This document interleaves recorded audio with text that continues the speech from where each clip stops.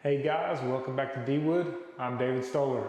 Who said that flag decor is only for the wall? Today, I'm going to show you how I did it in the floor. Let's get started. Alright guys, well I've got all my parts cut for the flag. These are the long 6 stripes at the bottom. These are the upper stripes and this is going to be the union. What I'm going to do is go ahead and put my pieces together and clamp them in tight to then CNC the stars out and put epoxy in.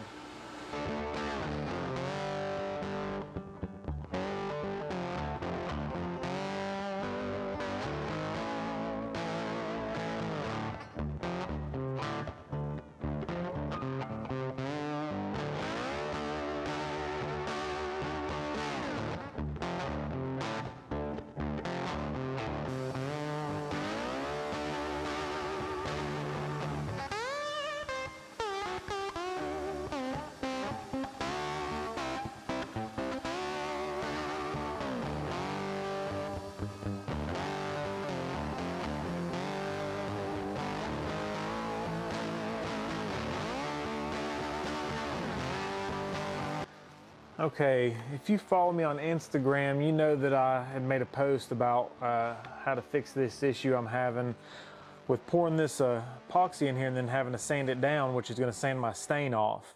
The issue I'm having is then how do I get the stain back on the wood without getting it on the star, because it does stain the epoxy. I think what I've decided to do, I talked to Crafty Cop Woodworks and he had mentioned doing vinyl stickers over each of the stars after I sand it down and then reapplying the stain, which I think may work, but I think I'm gonna try, and if I fail I'll just have to remake the union. But I think I'm gonna try pouring the white epoxy in until it's just below the surface, and then once it's all starting to tack up and get dry, starting to harden up a little bit, pour another thin layer of clear epoxy on top of that, and also use a brush and coat the entire thing, which will make it nice and smooth, I believe. By the way, I'm using Titebond epoxy that they sent me.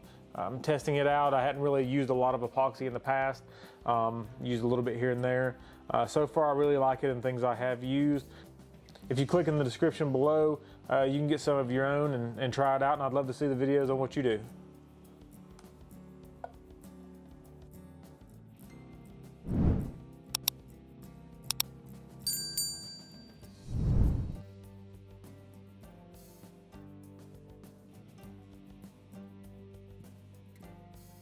Okay, we're back. We've got the white epoxy in, and for the most part that is kind of hardened up some. It's still a little tacky, so we should be able to get the clear poured over it now. Hey, I saw you eyeing this badass shirt. If you want one for yourself and help my channel a little bit, click on the link below.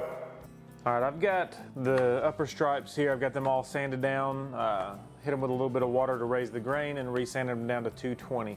Now we're gonna stain them the red and white stains, which I use a Minwax water-based stain here. I'm going to go ahead and pick out my red ones here and do them first.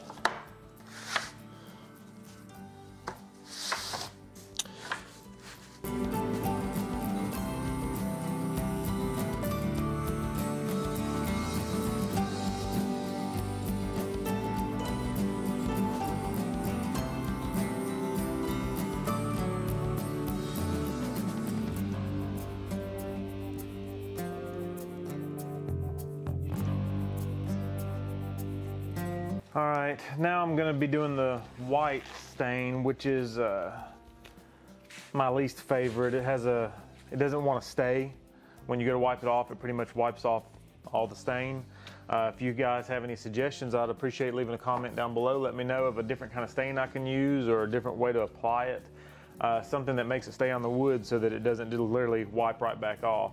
What I end up doing is putting a huge liberal amount on and then leaving it for a few, about 5-10 seconds, and then just really lightly kind of wiping it off, trying to make it look smooth.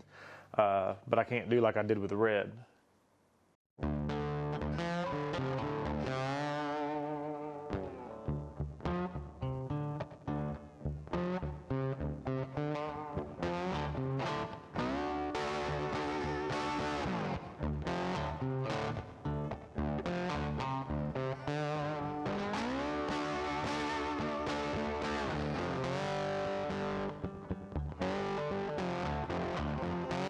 Okay, I've gotten to the point kind of where I want to put the flag, which is going to start right here and go that way.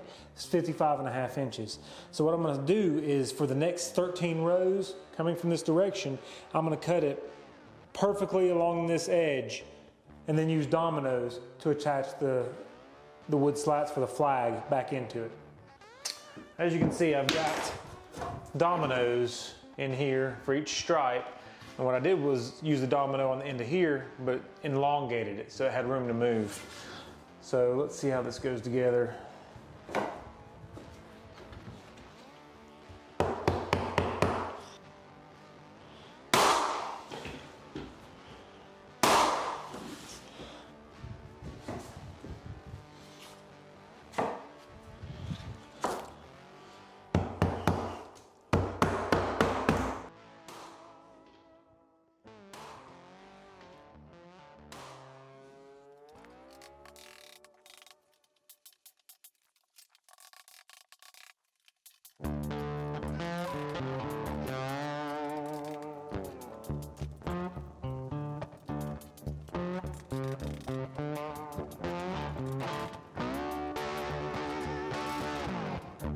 What I'm gonna have to do here is, because this is made all in one piece, I can't put any staples in each of these slats. All I can put them in is the top up here, okay? So what I'm gonna do is put some construction adhesive here on the subfloor, and I cut up the paper right here so it could stick good, and this will help hold it down right here. And I'm just gonna do it around the middle area so that it can still have its wood movement.